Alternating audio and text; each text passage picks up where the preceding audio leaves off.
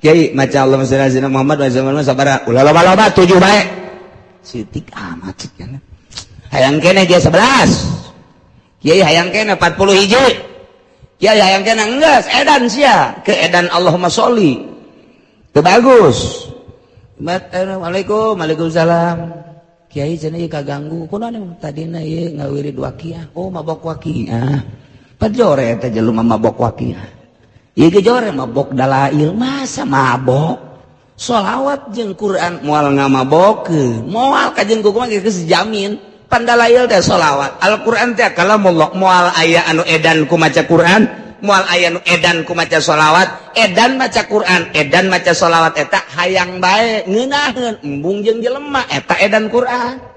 ari ieu mah edan walah lain Quran dirina kosong teh ngan kebenaran keur maca Quran ulah disalahkeun Quran moal Quran mah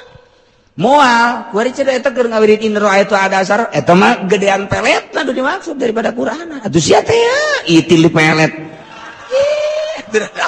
Quran sakitu mahal pake ngawirid nu bau boon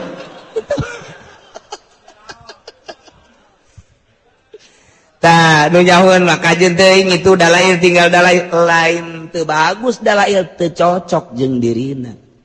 Begitu dibaca Allahumma sholli ala sayyidina Muhammad wa sayyidina Muhammad encan kebel macan teh kebel bebeja kiai ku ngeunaheun teh awak hararampang atuh pasti hampang nya macan nangan 7 heuh sebab diri sia baca aya maca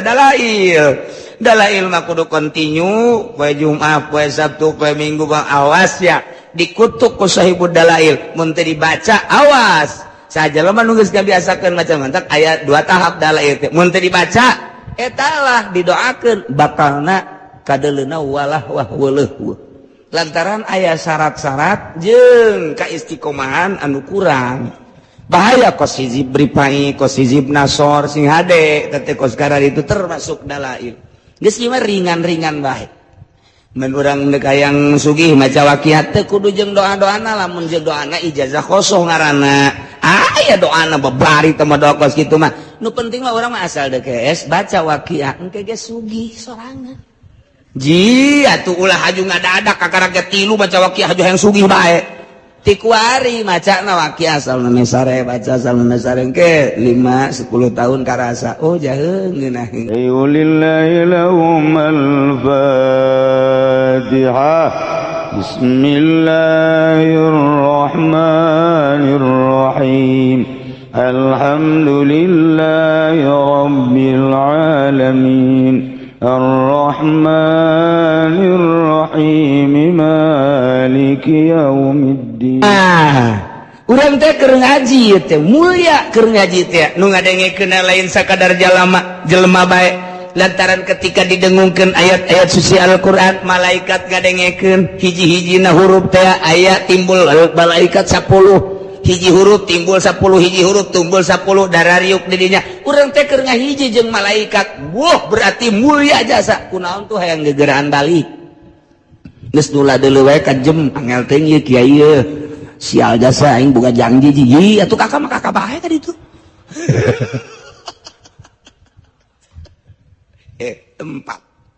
eta tempat ieu keur carita tempat pan urang. Jadi lamun urang nyaritakeun hakikat teh kos kitu tah tempat mana kok urang hayang gegeraan aya naon di jerona. Ketika urang embung ka masjid padahal tempat nu mulya kok urang embung ka masjid aya naon. Ketika majelis taklim mulia tempat eta teh kok urang embung ka majelis taklim aya naon. Datang mah datang ke pengajian tapi di handapeun tangkal Ambon we betah. Di dinya aya kuntilanak masalah teh. Kunti anak bikana tau nyala laki nah aya naon di diri urang ketika aya masjid urang teu betah asup ka masjid aya naon di diri urang ketika geus asup ka masjid hayang gegeraan keluar aya naon di diri urang aya majelis talim kok embung ka majelis aya naon di diri urang ketika geus asup ka majelis talim kok hayang gerak keluar kuari di imah urang boga kamar khusus betah jasa di kamar teh lantaran aya pemajikan orang tempat curhat zahir batin curhat luhur handap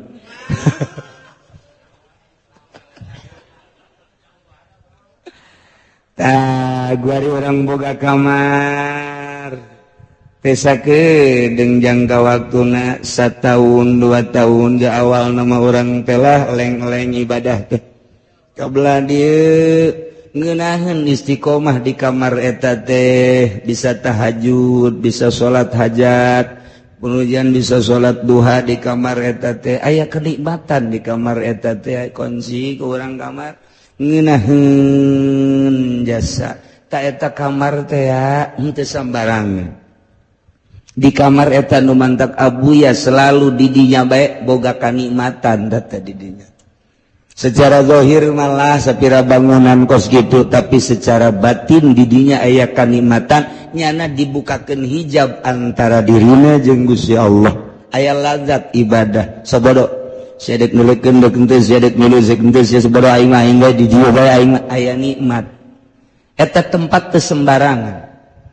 Nah gitu kene kamar urang ketika kurang dipakai terus ibadah malaikat datang hadam nah malaikat ibadah mah terus ka urang ke kadang-kadang ngahudangkeun ka urang geus lila mah urang teh sare ieu geus waktu da ieu jam 2:30 biasa hudang can hudang ke dihudangkeun ku jana tet hudang bareng hudang jija pocong orang tetangga nu paeh teh sial jas moal teh aya hadam urang biasa karasa kurang karasa suku teh dikitu-kitu urang usah sah ulah sieun eta hadam urang terus urang ibadah mantep nah kuari geus maca Quran urang maca Quran teu sakabehna Quran nu ku urang dibaca teh aya lazat henteu aya hiji-hijina ayat nu nikmat ka urang di mana urang maca Quran bari tadabbur ketika aya hiji ayat anu menyentuh terserah ku Allah dibukakeun hijabna ayat mana macam-macam kumaha wali Allah bae mungkin bae ketika maca Yasin wal Qur'anil Hakim Allah mere hijab blak di dinya eta ayat teu sembarangan pastinya mengulang lagi ngeunaheun ayat eta teh aya kenikmatan tersendiri batur geus teu nyahoon dibaca ku batur ku kumaha ge sabodo aing ngeunaheun jasa aya anu wa man la a'budu allazi fatarani wa ilaihi turja'un ngeunaheun di dinya teh ta eta bae dibulak-balik bahkan aya hiji waliullah salat eta baca eta nya nama salila hirup eta bae lantaran eta keur dibukakeun dibaca dibukakeun hijab geus moal leuwih moal aing moal macan nu naon deui eta bae kajen kumaha ge eta bae ngeuneum eta bae geus nama aya waliullah anu pas dibukakeun hijabna lazat teh jeung Gusti Allah teh surat hal ataka haditsul ghasyiyah wujuhu yawma idzin khasyiyah amilatun nasibah tasla naran hamiyatan tusqa min 'ainin aniyah laisa lahum ta'am datang kadinya teh dibukakeun hijab ku Gusti Allah geus datang kadinya engke rakaat kadua eta deui engke babacaan unggal page bismillahirrahmanirrahim hal ataka haditsul ghasyiyah lantaran ngeunaheun jas engke ge aya nu menta cai ge hal ataka haditsul ghasyiyah atuh majur lantaran nyana kerasa jeung Allah pan anu nyageurkeun teh Allah sedengkeun nyana boga rasa keur babarengan jeung Allah nyana teh boga rasa eueuh nu aya mah Allah teu kudu dijampean fuh hah eta cai nyeri beuteng fuh hah tanyakeun kumaha eta paeh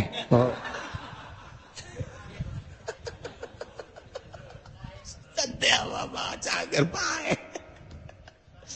tah eta lagu kitu terus be ayat-ayat nah babacaan nu mana anu nikmat engke dibere urang zikir sesuai jeung petunjuk guru awas tarik napas la ilaha illallah tarik la ilaha terus kadituna la ilaha illallah la ilaha illallah pan zikir teh endek lalaunan teh hartina mah endek teu gancang-gancang la ilaha illallah la ilaha illallah lalaunan sorangan la ilaha illallah la ilaha illallah engke beda zikir nu geus dimuraqabahan jeung ditapakuran mah ketika maca la ilaha illallah teu aya pangeran nu wajib disembah Allah naik teu aya nu dimaksud inggal ti Allah naik deui eueuh nu dituju kecuali Allah eta teh geus ngumpul sagala rupa dikencenkeun goreng la ilaha illallah ulah di eraban hakna lamun kenceng mah la ilaha illallah la ilaha illallah la ilaha illallah urang dek cepet la ilaha illallah la ilaha illallah la ilaha illallah la ilaha illallah engke aya ngeunaheun teng ngeunaheun jam sabaraha pernah ngeunaheun keur zikir nu mana pernah ngeunaheun aya zikir lambat diberengeun bakal lambat bae kana jelema artina lolobana lambat bae aya nu diberengeunahna teh keur kenceng bakal kenceng lolobana zikir teh eta urang mah lambat teu ngeunaheun kenceng teu ngeunaheun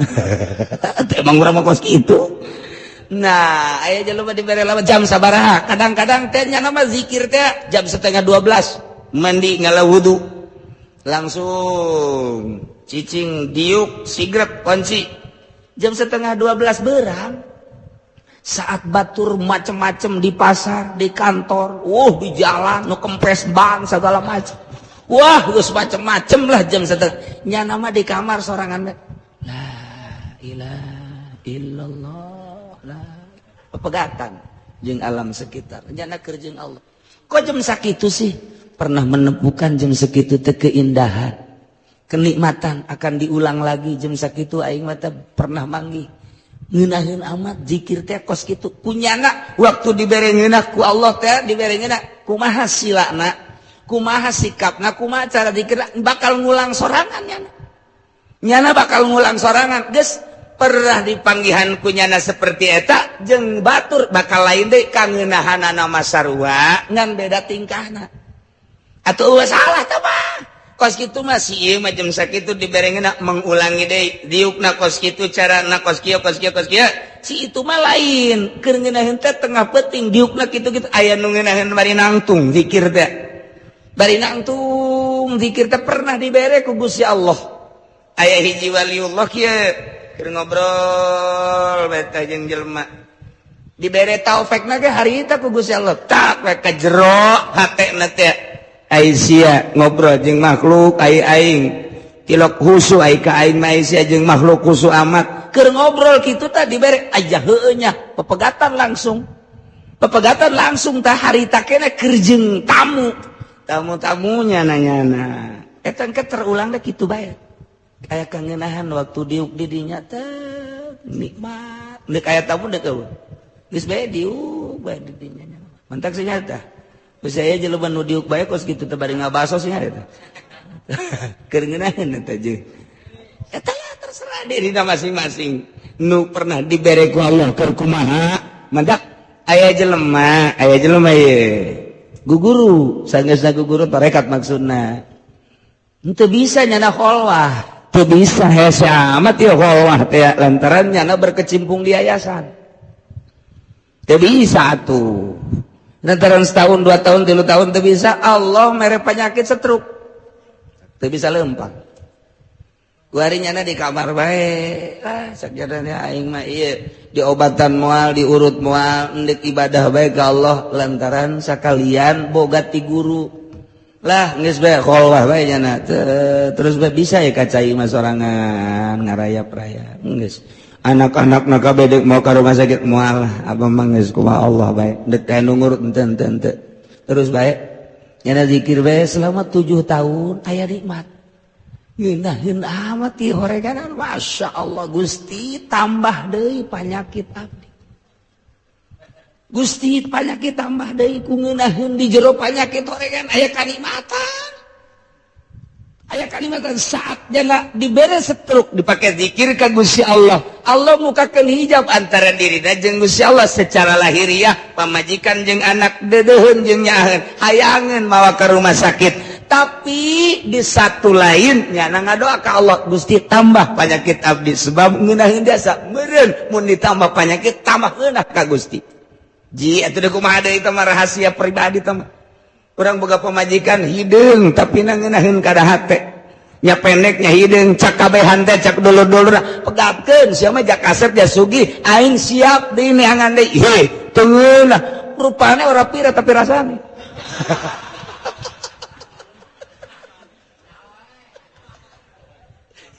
itu pribadi itu gitu ini kumaha tuh atau tuh bisa dikitu-kitu can puguh nugilis can puguh nun molek dan lain sebagainya bisa ngahibur dirina tapi ieu mah geus jelas hideung nyungir pendek beke tapi kok ngeunaheun ka hate kumaha ngeunaheun anak ketika nyana neuk mandi dibawakeun anduk ketika manehanana isuk-isuk hayang kopi apa hayang susu dibawakeun ketika deka mamana sendal dan lain sebagainya ketika dek sare keke di kepangebutankeun heula ketika dek sare keke pamencetankeun heula ketika servisna pohara nih atuh mah hese ninggalkeun anak anu kieu bae masyaallah utang geus ngabeldeh ti heula kadang-kadang jeung nu geulis mah muka kutang ge angel datang ka turun deui temperatur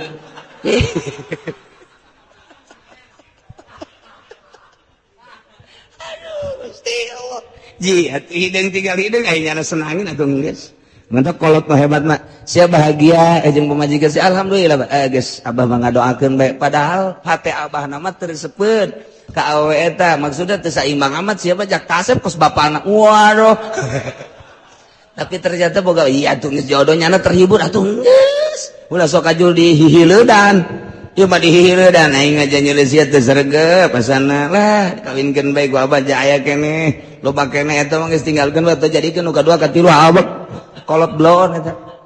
kolot atuh pugu batur geus terhibur jieunan atuh geus nah ieu hiburan hate engke dibere ku Allah tanda hiburan karomah ngaran setiap jelema bersyariat bagus engke kadeuleu ku batur teh wah hebat amat salatna lain rapih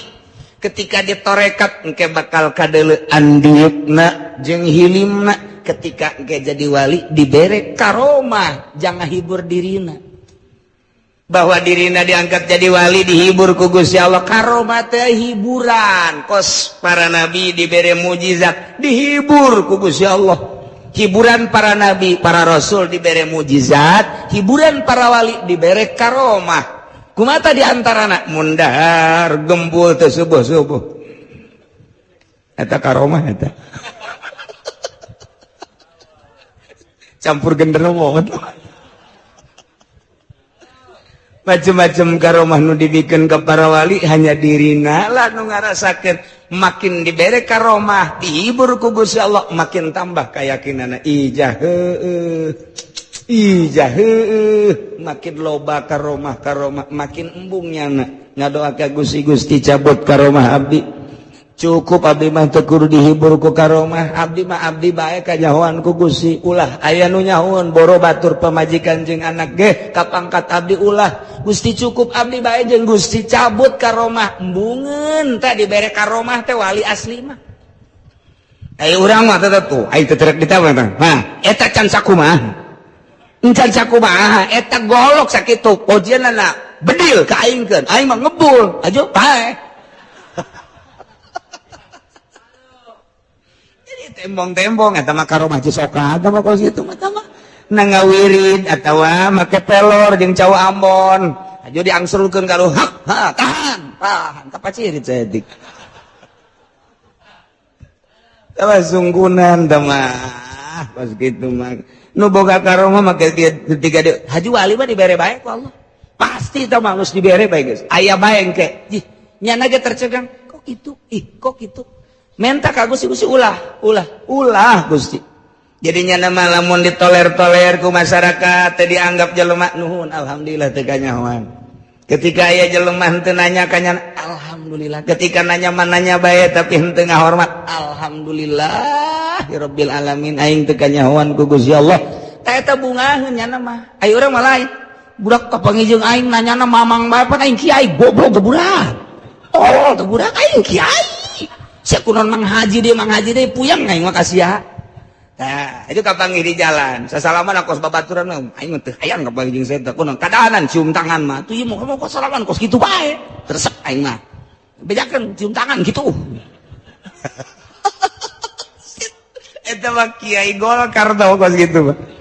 jelema anu deket ka Allah makin teu kanyahoan ku batur, makin teu dihormat alhamdulillah, makin teu disebut alhamdulillah rabbil alamin, makin ditoler-toler alhamdulillah. Geus ngobrol lagi jeung budak hayu, jeung kolot hayu, jeung nini hayu komo, jeung randang orang madoy.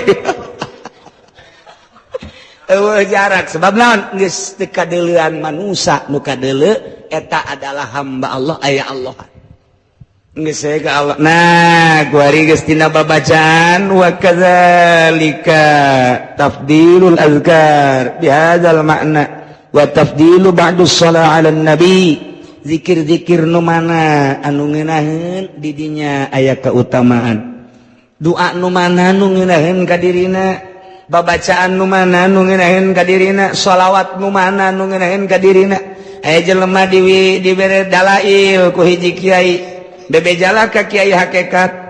mama ulah abdi ieu geus ijazah dalail di kiai anu haju kuari dibaca bae ku abdi asana teu ngarenahan, ulah dibaca ku sia, ulah cak mama ulah ieu cenah geus ijazah, makana ijazahna ijazah wajib, kajel ijazah wajib tinggalkeun edan sia. Maca dalail teh lain nikmat malah puyeng atuh tinggalkeun haju kudu baca Allahumma sholli ala sayyidina Muhammad wa ala alihi eta bae sia mah.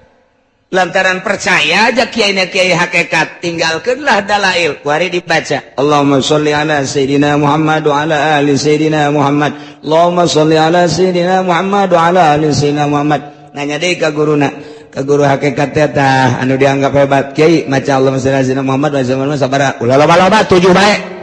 sitik amat cenah. Hayang keneh dia 11, kiai hayang keneh 40 hiji. Ya yang kena enggak edan sia ke edan Allahumma sholli teu bagus. Assalamualaikum, waalaikumsalam. Kiai cenah ieu kaganggu kunaon tadina ieu ngawirid waqiah, oh mabok waqiah, pajore eta jelema mabok waqiah, ieu ge jore mabok dalail, masa mabok sholawat jeung Quran moal ngamabokeun, moal ka jeung kumaha geus jamin. Pandalail teh sholawat, Al-Quran teh kalamullah, moal aya anu edan ku maca Quran, moal aya anu edan ku maca sholawat, edan maca Quran, edan maca sholawat eta hayang bae ngeunaheun embung jeung jelema eta edan Quran. Ari ieu mah edan walawa lain Quran, dirina kosong teh. Ngan kebenaran keur maca Quran ulah disalahkeun Quran moal Quran mah. Moal, kuari cenah eta keur ngawirid in ra'aitu ada asar, eta mah gedean pelet anu dimaksud daripada Quran. Atuh sia teh ya, itil pelet. Quran sakitu mahal pake ngawirid nu bau boon.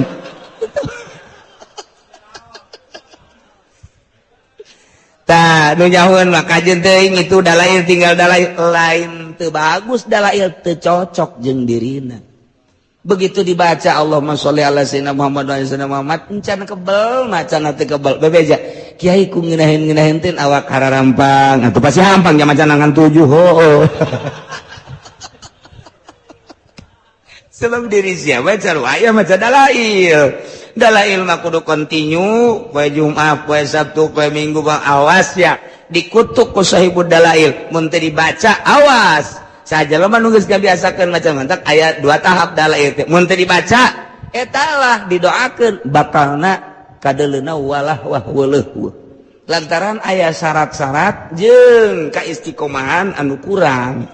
bahaya kos hizib ripai kos hizib nasor sing hade teh kos karar itu termasuk dalail geus ieu mah ringan-ringan bae. Men urang deuk hayang sugih maca waqiah teh kudu jeung doa-doana, lamun jeung doana ijazah kosong ngaranna. Aya doana babari teh mah doa kos kitu mah. Nu penting mah urang mah asal deuk geus baca waqiah engke geus sugih sorangan. Ji atuh ulah haju ngadadak kakaraga 3 baca waqiah haju hayang sugih bae. Ti kuari macana waqiah salna mesare baca salna mesare engke 5 10 tahun karasa. Oh jaheung ngeunaheun nikmat jasa. Mantep mun dagang maju dagangna, mun tani maju tanina, atawa urang kumaha ge dijamin bae geus ku Allah. Eta urang teh istiqomahna. Nah, ieu wirid sholawat nu mana nu ngeunaheun ka urang, ketika urang ngeunaheun di dinyalah aya keunggulan. Geus Ieu awak urang wadah, masjid wadah, gunung-gunung itu wadah, waktu ge wadah, wiridan ge wadah kemuliaan jeung darajat urang, di mana urang keur pasna eta di dinya keur dibere kanikmatan. Urang ayeuna wirid. Kapasrahan urang ka Allah. Masrahkeun diri ka Allah, wiridna teu hayang nanaon, ketika mata ceuli irung dipasrahkeun ka Gusti Allah, asa lain urang, asa Allah bae, urang teh asa didieukeun dilempangkeun, asa urang dikicupkeun didengekeun ku Allah, engke bakal dibere ngeunaheun ku Allah tret. Poho ngeunaheun zikir ge la ilaha illallah, asa di mana? Nikmat, gan eta hayang terulang deui hese. Hese kapasrahan urang nu pol di nolkeun sama sekali, nolkeun diri urang teu sambarangan. Mentak ge berangkat deui, tah nyana ngadoa ka Gusti kon teu terlalu dibere, henteu terus dibere. Cek Allah aing ngresep ka sia mun cara ngorandang mangorandang. Hiji waliullah ke sabulan dibere, sabulan teu sabulan dibere sakali, ke sabulan dibere sakali, ge sabulan ngan dibere sakali kanikmatan. Nyana bebeja ka Gusti, ketika dibere kanikmatan unjukkan Gusti kok abdi diberena sabulan sakali. Cak Gusti mun cak bahasa urang ilham aing resep ka sia mun cara ngorandang mangorandang tak ka aing neuleukeun ngorandang sia aing resep. Mun cara naik mah morosot deui, naik deui morosot teh tak aing ku sia aing neuleukeun sia naik morosot resep. Tah eta geus kitu teh resep biasa tah. Urang lamun boga kabogoh, tah urang teh ayeuna nyili bae. Kabogoh urang neangan, tah urang teh ku diteanganana resep. Waduh, neangan ka unggal jelema nyanana nyumput bae, neangan ka dieu tah eta teh indah jasa. Waduh, asa jadi raja koang-koang. Diteangan tah aing teh resep diteanganana ku sia asa bener aing teh ieu teh dipake dade dipake kanya asa jadi mutiara. Lamun urang bobogohan, boga bogoh urang teh neangan. Kesel urang. Cina bogoh pan teu neangan heran aing mah. Berarti ieu mah wah kamu plase ieu mah ieu. Asana cinta monyet ieu mah ieu. Ih lain cenah cinta kebo. Kitulah mun urang dibanding-banding moal aya geus dah nyaritakeun hakikat. Ayeuna ku urang dicontohan ka kahirupan urang teu beda. Ngan hanya sekedar supaya kaharti bae kitu jeung kitu tah. Allah teh nu mantak aya 40 ilham nu dibukukeun ku Tuan Syekh Abdul Qadir. Lamun Kangjeng Nabi mah mukjizat Quran bentukna, mun Tuan Syekh Abdul Qadir mah ilham dikitabkeun. Aya tek-tekna tah kula keur bisa irham jeung Gusti Allah anu dibere ilham ku Gusti Allah anu aya kitabna. Na etalah para wali-wali Allah Subhanahu wa ta'ala seakan nyana ngobrol jeung Gusti Allah. Nah kitulah keunggulan tempat, kitulah keunggulan zikir, kitulah keunggulan maca sholawat. Nu penting urang sing loba zikir, loba babacaan ka Gusti, loba maca sholawat ka Kanjeng Nabi Muhammad sallallahu alaihi wasallam. Babul hali wallah